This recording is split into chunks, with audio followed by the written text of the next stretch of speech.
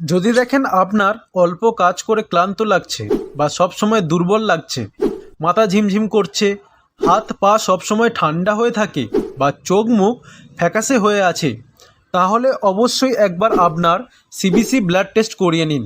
এতে করে আপনি জানতে পারবেন যে আপনার শরীরে রক্তে হিমোগ্লোবিনের পার্সেন্টেজ ঠিক কতটা রয়েছে, বা আমাদের শরীরে লোহিত রক্তকণিকা ঠিক আছে কিনা বুঝতে পারবেন। যখন রক্তে হিমোগ্লোবিন বা লোহিত রক্তকণিকা কমে যায় তখন সেটাকে অ্যানিমিয়া বলে ধরা হয়। এই সব সমস্যা যাতে না হয় তার জন্য আপনার রোজ খাবারে এমন কিছু খাবার অ্যাড করতে হবে যাতে এই সমস্যা আপনার শরীরে না আসে। আমি আজ কয়েকটি এমন খাবারের নাম বলবো যেগুলি খেলেই মাত্র এক সপ্তাহের মধ্যে আপনি তার ফল পেতে শুরু করবেন। তো প্রথমে যে খাবারটির নাম বলবো সেটা আপনারা সকলে জানেন, কিন্তু অনেকে এটা খেতে চান না।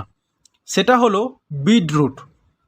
বিটরুটের মধ্যে থাকে প্রচুর পরিমাণে আয়রন, ভিটামিন সি, পটাশিয়াম ও অ্যান্টিঅক্সিডেন্ট। বিটরুটে থাকা আয়রন আমাদের শরীরের রক্তে হিমোগ্লোবিনের মাত্রা বাড়াতে খুব সাহায্য করে, এবং এতে থাকা ভিটামিন সি সেটা আরও এটা বাড়াতে সাহায্য করে। আপনি বিটরুট নিয়ে ভালো করে ধুয়ে সেটা ছোট ছোট করে কেটে একটা মিক্সার গ্রাইন্ডারে দিয়ে সেটাকে একটু জল দিয়ে জুস বানিয়ে তারপর ছেঁকে নিয়ে খেতে পারেন। বা আপনি বিটরুট নিয়ে জলে ফুটিয়ে সেই জলটাকে ছেঁকে নিয়েও সেই জলটাকেও খেতে পারেন। তবে এটা খাবার সময় এতে একটু পাতিলেবু দিয়ে খাবেন, তাতে করে এটা আরও ভালো কাজ করবে। এরপর ডালিম। ডালিম এমন একটি ফল যেটা শরীরের রক্তের মধ্যে হিমোগ্লোবিন এবং লোহিত রক্তকণিকা বাড়াতে দারুণ সাহায্য করে। এতে রয়েছে প্রচুর পরিমাণে আয়রন, প্রচুর পরিমাণে potassium, vitamin A, vitamin K এবং ভিটামিন ই, এছাড়া ফাইবার এবং প্রচুর পরিমাণে ফলেট, যা মিলেমিশে আপনার শরীরে রক্তাল্লপ্তা হতে দেয় না। ডালিমকে আপনি জুস করেও খেতে পারেন বা সরাসরিও খেতে পারেন। এরপর আসি কুলেখাড়া শাক। কুলেখাড়া এমন একটি প্রাকৃতিক বরদান যেটা আপনি সঠিকভাবে সেবন করলে মাত্র 7 দিনের মধ্যে রক্তে হিমোগ্লোবিন এবং আরবিসির মাত্রা অবশ্যই বাড়বে।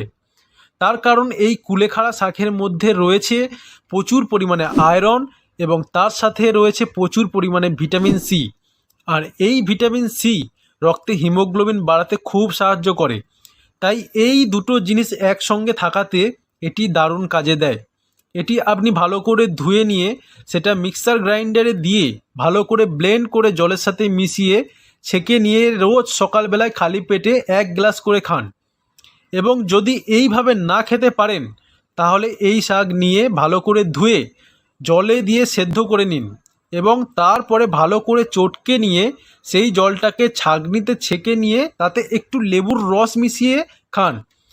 আমি এই কারণে লেবুর রসটা দিতে বললাম, কারণ কুলেখাড়া শাকে ভিটামিন সি যা সেদ্ধ করার পরে সেটা আর থাকে না, তাই সেদ্ধ করে খেলে অবশ্যই লেবুর রস ব্যবহার করবেন।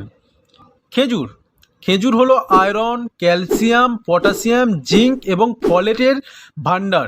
তাই অবশ্যই আপনার ব্রেকফাস্টে প্রতিদিন অল্প করে হলেও খেজুর রাখুন। তাতে করে রক্তে হিমোগ্লোবিন এবং আরবিসি লেভেল দুটোই বাড়বে।